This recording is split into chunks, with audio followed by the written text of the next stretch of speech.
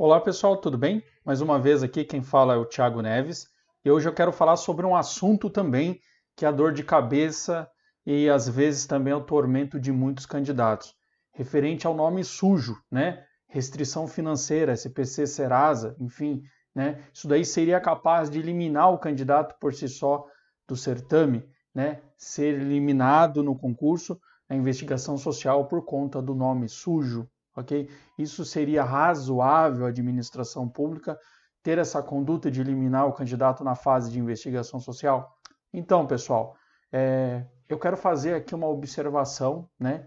Falar a respeito, primeiramente, de alguns princípios da dignidade da pessoa humana, né? Do trabalho, da livre iniciativa da pessoa exercer uma atividade. E a característica, por exemplo, do concurso público, que tem a incumbência ali de selecionar o candidato bem mais preparado, né? O certame ele não pode, a administração pública, fazer ali juízo de valoração desrazoada, né? Sem uma razoabilidade, né? Sem uma finalidade específica, tá? Eu quero trazer aqui a jurisprudência do nosso Tribunal de Justiça aqui do Estado de São Paulo, que em diversos momentos, em diversos processos, né, deu ali pareceres favoráveis, né, aos candidatos, inclusive em certames específicos, como da Polícia Militar do Estado de São Paulo, que é um certame até mais, diríamos assim, criterioso, né, do que vários outros certames, que os candidatos ali que tiveram ali a exclusão, né, perpetrada ali pela banca, né, entraram com recursos e ali tiveram êxito ali nesse ponto ali de possuírem restrições SPC, Serasa, algumas dívidas inadimplidas, ok? Eu trago aqui para vocês uns trechos de alguns acórdãos, né? Até tampei aqui o nome da pessoa para que a pessoa não fique exposta, mas pela numeração ali do processo você pode ter ali acesso no site do Tribunal de Justiça. Se você pesquisar, fizer pesquisa de jurisprudências, colocar ali restrição financeira, investigação social, você vai encontrar embasamento ali por um mandado de segurança, caso você seja ali excluído ali do certame por conta da inadimplência, por conta ali do nome sujo, né? É importante a gente frisar hoje, no nosso momento, e nós estamos no ano de 2021, né? Passamos por um momento conturbado em toda a sociedade por conta aí da pandemia, não só nesse ano, mas o ano que antecedeu, o ano de 2020, até um ano antes, 2019, anos um pouco difíceis em termos de trabalho, muitas pessoas fora do mercado de trabalho, muitas das vezes se agarram na oportunidade de estudar para um concurso público porque será a saída para voltar para o mercado de trabalho, né? Muitas das vezes saiu, por exemplo, do antigo emprego, foi mandado embora, não teve condições, por exemplo, de adimplir uma obrigação, não foi maldade. A gente precisa separar aquelas pessoas que são, por exemplo, estelionatárias, que aplicam golpes e tudo mais, através de cheques sem fundo, duplicatas, enfim, notas promissórias. As pessoas que são, por exemplo, especialistas, né, no crime, né, onde eles aplicam golpes, não pagam as dívidas, com intenção mesmo de praticar o calote, né, de implência ali reiterada, né? Mas a gente precisa separar, por exemplo, o candidato que ficou ali sufocado por problemas financeiros, ok? Então, a administração pública, ela precisa tratar, lógico, iguais como iguais, desiguais como desiguais nas medidas das desigualdades. Então, o que acontece? Esse daí seria o princípio da equidade administrativa, equidade ali.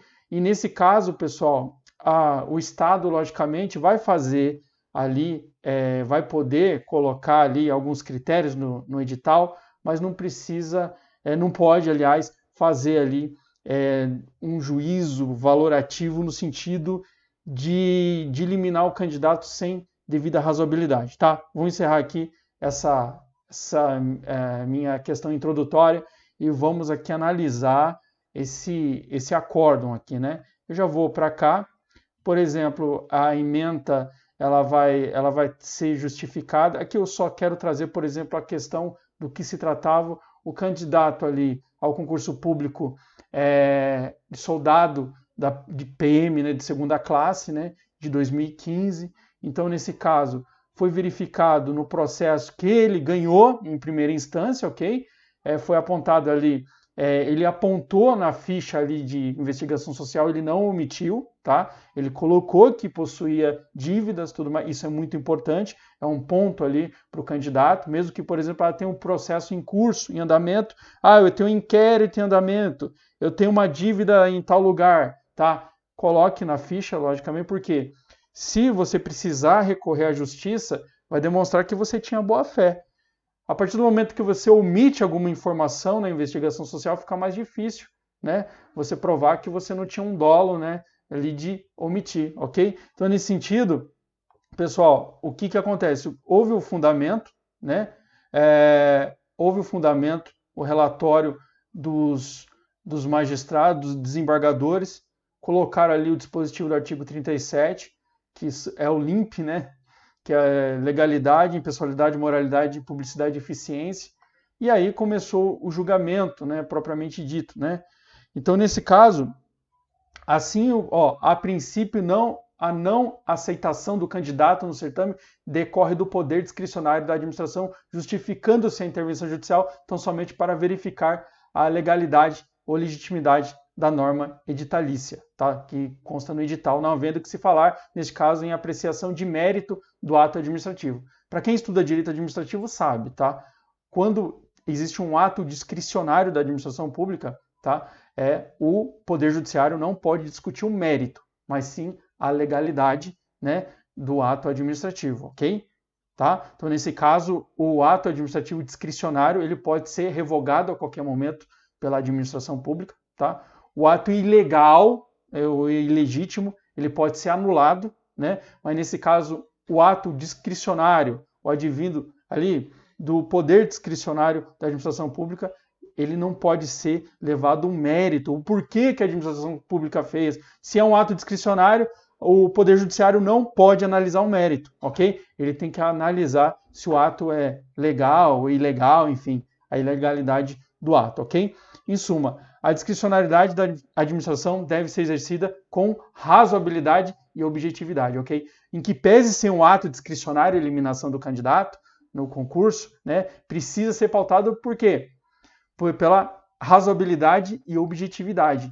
Não ser, por exemplo, um fundamento obscuro da administração pública, né? Cabendo ao judiciário analisar e reprimir possíveis ilegalidades perpetradas pelo administrador.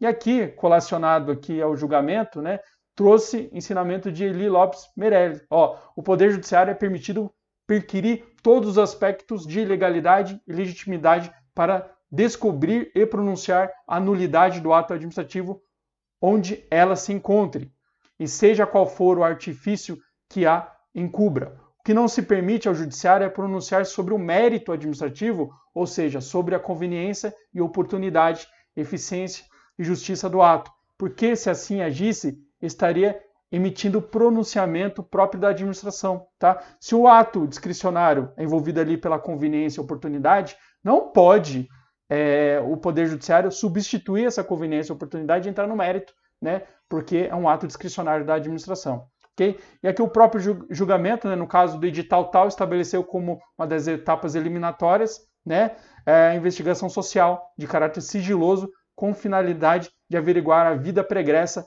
atual do candidato, tendo em vista peculiaridade, responsabilidade e gravidade da função a ser exercida. Beleza, todo mundo já sabe. E aqui a motivação da reprovação, as dívidas ali do candidato, tudo. Contudo, o ato de reprovação do autor do certame não pode prevalecer tendo em vista que desprovido de motivação e impregnado de alto grau de subjetividade, né, de julgamento, infringindo os princípios da razoabilidade e da supremacia do interesse público. Eu trouxe aqui 2 vídeos anteriores sobre essa supremacia do interesse público, né, como princípio basilar ali do regime jurídico administrativo, ok? Pessoal, vamos lá. Afirmou também que não conseguiu honrar, o candidato falou que não conseguiu honrar os compromissos financeiros. Vamos pensar aqui por ter ficado desempregado, ok? Tá? Vamos pensar, pessoal, você na pele do candidato, ok? Nossa, eu estou desempregado, não consegui honrar meus compromissos financeiros. O que eu vou fazer? Eu vou pegar dinheiro emprestado, vou fazer um cursinho, eu vou comprar os livros, vou ficar estudando em casa porque eu quero passar no concurso, ganhar meu salário e vou honrar minhas dívidas. Porque, eu preciso quitar as dívidas para financiar um carro, um automóvel. Pessoal, isso daí faz parte da vida, ainda mais num contexto social que nós vivenciamos hoje. Tá? Aqui são fundamentos, logicamente, fundamentos para você recorrer aí através de um mandado de segurança se for necessário, tá certo? Então, o ato administrativo de reprovação na investigação social revela-se arbitrário, pois extrapola o rigor e formalidade necessário aos processos seletivos, deixando de prestigiar a principal finalidade do concurso, de recrutar os melhores candidatos ao serviço público, consequentemente de preservação do interesse público. Qual que é o interesse público? Eu não falei para vocês no vídeo anterior que supremacia do interesse público sobre o privado, indisponibilidade do interesse público, quer dizer o quê? Todo ato administrativo tem que visar o quê? O interesse da coletividade. E numa seleção pública, num concurso, qual é o interesse comum de todos? De ter o melhor candidato, certo? Mas o candidato bonito, feio, não. Aquele que está capacitado, aquele que passou nas fases do concurso, né, e sabe e tem o conhecimento necessário, tá? Não pode ser impregnado ali a motivação da administração em puro subjetivismo, tá? Sem razoabilidade, ok? Sem uma finalidade ali específica, tá bom? Coisa linda, direito administrativo. Vamos lá, pessoal. E aí fundamentou mais, tudo mais, colacionou aqui algumas decisões aqui da própria corte. Então, o Tribunal de Justiça do Estado de São Paulo já tem várias decisões referente a esse posicionamento, né, da restrição do nome, tá vendo? Tá vendo? Colocou aqui outros processos de apelação de 2015, tá? Dívida de mensalidade de universidade não poderia ser o único sustentáculo, né? O único motivo para reprovar o candidato na IS. Então, o Estado de São Paulo, o Tribunal de Justiça, né, tem já várias decisões nesse sentido, tá? Então, só aqui para vocês o final aqui da decisão nesse processo. Desse modo, é forçoso reconhecer que o ato de exclusão do certame revelou-se abusivo, ferindo o princípio da legalidade e da razoabilidade, restando configurado do direito do autor a reintegração no certame, garantindo-se a participação nas etapas subsequentes. Aí nega o provimento, que o provimento era um recurso necessário, quer dizer o que? Era um recurso ali da Fazenda Pública, né, que tinha perdido a ação, né? Então, houve a confirmação da sentença de primeiro grau, que deu ali a causa, né? A causa foi procedente ali, a causa intentada ali pelo autor, que era um candidato no concurso da PM, tá certo? Então, pessoal, esses aqui, hoje, não só hoje, mas ontem também dei uma extrapolada aqui, sempre faço um vídeo de 10, 11 minutos no máximo, sempre uns vídeos curtos, mas um assunto muito importante, que às vezes você está nessa situação, você foi, por exemplo, eliminado ali no certame público por conta da investigação social, porque você tem o nome sujo, tudo, né? Então a gente precisa trazer aí a discussão todos esses princípios que nós conversamos aqui, o princípio da indisponibilidade, da supremacia, da razoabilidade, da dignidade da pessoa humana, também o de você exercer uma atividade ilícita, ok? E tudo isso precisa ser levado em consideração até mesmo o contexto social de hoje e a prática, a conduta, logicamente, do candidato, né? Se amolda em que circunstâncias, se ele é um criminoso, se ele é um estelionatário ou se ele, por exemplo, ali está devendo por conta que passou ali por alguns períodos ali ruins da vida, né, financeira dele, tá certo? Se você gostou, logicamente, deixa uma curtida, um joinha aí pra gente aí e comente aí, que logo traremos mais informações, mais vídeos, vamos fazer várias outras discussões a respeito de concurso público, a respeito de etapas, a respeito de decisões judiciais, favoráveis aos candidatos, ok? Forte abraço, até mais para vocês.